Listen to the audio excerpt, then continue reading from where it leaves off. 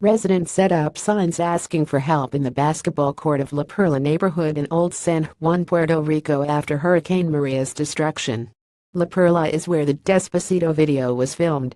Angel Valentin for NPR. Residents of La Perla are still waiting for help. The notoriously dangerous barrio of candy-colored homes is bordered by the Caribbean on one side and the ancient city walls of Old San Juan on the other.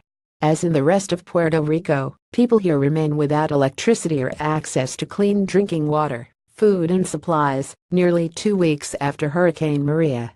Desperate residents have painted messages on plywood boards: SOS, we need help. Water, provisions. Don't abandon us. Despacito. That's a reference to this summer's hit reggaeton song, Despacito by Puerto Rican artists Luis Fonsi and Daddy Yankee. The song's video was filmed in La Perla. With a record-breaking nearly 4 billion views on YouTube, it has brought a new kind of fame to a neighborhood that had been known for drugs and violence. Residents point with pride to the street corner, where Fonsi and Daddy Yankee sang in the video, surrounded by neighborhood kids. Over here they danced and played dominoes. And over there, sultry former Miss Universe Zuleika Rivera sauntered around the neighborhood. With the success of Despacito, there were great hopes that this long-neglected barrio might turn a corner. One La Perla resident, Carmen Lourdes Lopez, says this summer she gave Despacito tours to curious tourists from as far as China and California. Carmen Lourdes Lopez, 58, walks in the La Perla neighborhood. Over the summer, she was giving Despacito tours to people visiting Puerto Rico. Angel Valentin for NPR. Then the hurricanes hit. First Irma, then Maria.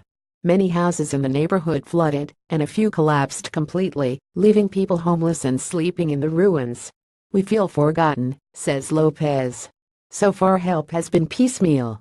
On Sunday, Robbie Alomar, a baseball Hall of Famer who grew up in Puerto Rico, rolled through the neighborhood handing out water bottles, canned food and shirts. I just want to bring joy back to the people here, he said. San Juan Mayor Carmen Yulín Cruz was here one night, handing out small solar-powered lamps. A few Baltimore police officers and a kindly neighbor from the National Park Service brought water. But La Perla is still waiting for the government to step in. Helicopters and planes roar overhead, presumably carrying supplies. But people in La Perla don't know when or if they'll receive them. They've been cleaning up the debris themselves and helping each other. Next to a cement skateboard park painted with graffiti murals, Yentel Ramirez, 26, sighs. La Perla has a bad reputation of being an underworld den of drug dealers and criminals, she says. But that's not true. We are like family. We help each other. The area is demolished, says Angela Magana, a UFC fighter who lives in La Perla with her boyfriend and their 3 children. Her neighbors' homes collapsed, and many of them are sleeping at her house now. Skateboarders use an empty fishbowl in La Perla. Angel Valentin for NPR. They have no other shelter. We need these houses rebuilt, she says. Magana had planned to open a boxing gym in La Perla, but now she's raising money to help her neighbors. She was unaware President Trump was coming to Puerto Rico on Tuesday. We're completely cut off, she says. I had no idea. What is he trying to do here? Magana and her neighbors say they don't trust Trump.